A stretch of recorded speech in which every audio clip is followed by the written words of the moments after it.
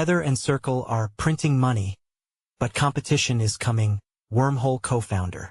Platforms like M⁻0 and Agora are addressing the issue by allowing stablecoin infrastructure to be built to route yield to applications or directly to end users. Stablecoin giants like Tether and Circle are profiting from the current high interest rate environment while stablecoin holders see none of the returns, said Wormhole's co-founder, Dan Reecer, at Mercado Bitcoin's DAC 2025 event. Speaking as a panelist, he said the companies are effectively printing money by keeping the yield from the U.S. Treasuries backing their tokens. Tether, for example, reported $4.9 billion in net profit in the second quarter of the year. That has seen the company's valuation soar to a reported $500 billion in a new funding round. As interest rates remain elevated, Reecer suggested it's only a matter of time before users expect a share of that yield or move their funds elsewhere. Platforms like M⁻0 and Agora are already responding to that demand, he suggested. These projects allow stablecoin infrastructure to be built in a way that routes yield to applications or directly to end users, instead of the issuer capturing all of it. If I'm holding USDC, I'm losing money that Circle is making, Reecer said in the session, referring to the opportunity cost of holding a non-yielding token that's backed by U.S. Treasuries generating income.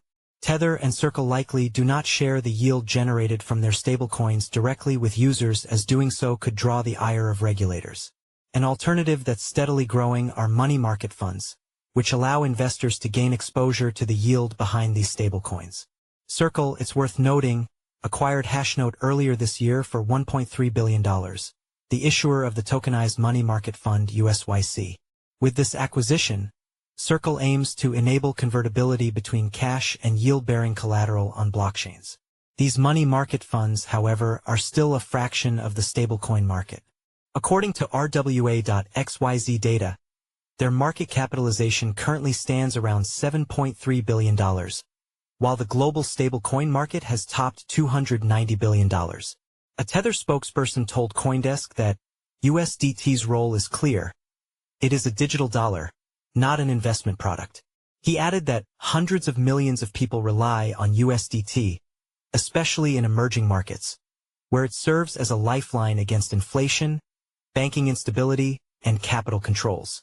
While few percentage points might make the difference for rich Americans or Europeans, the real savings for our USDT user base is the one against dramatic inflation so common in developing countries, often reaching numbers as high as 50% to 90% year over year, with declines of local currency values against the US dollar at 70% year over year, he said. Passing along yield would fundamentally change a stablecoin's nature, risk profile, and regulatory treatment, the spokesperson added. Competitors experimenting with yield-bearing stablecoins are targeting a completely different audience, and they take on additional risks. Fireblock's Stephen Richardson, during the panel, said the broader stablecoin market is meanwhile evolving toward real-world use cases, including cross-border payments and FX services.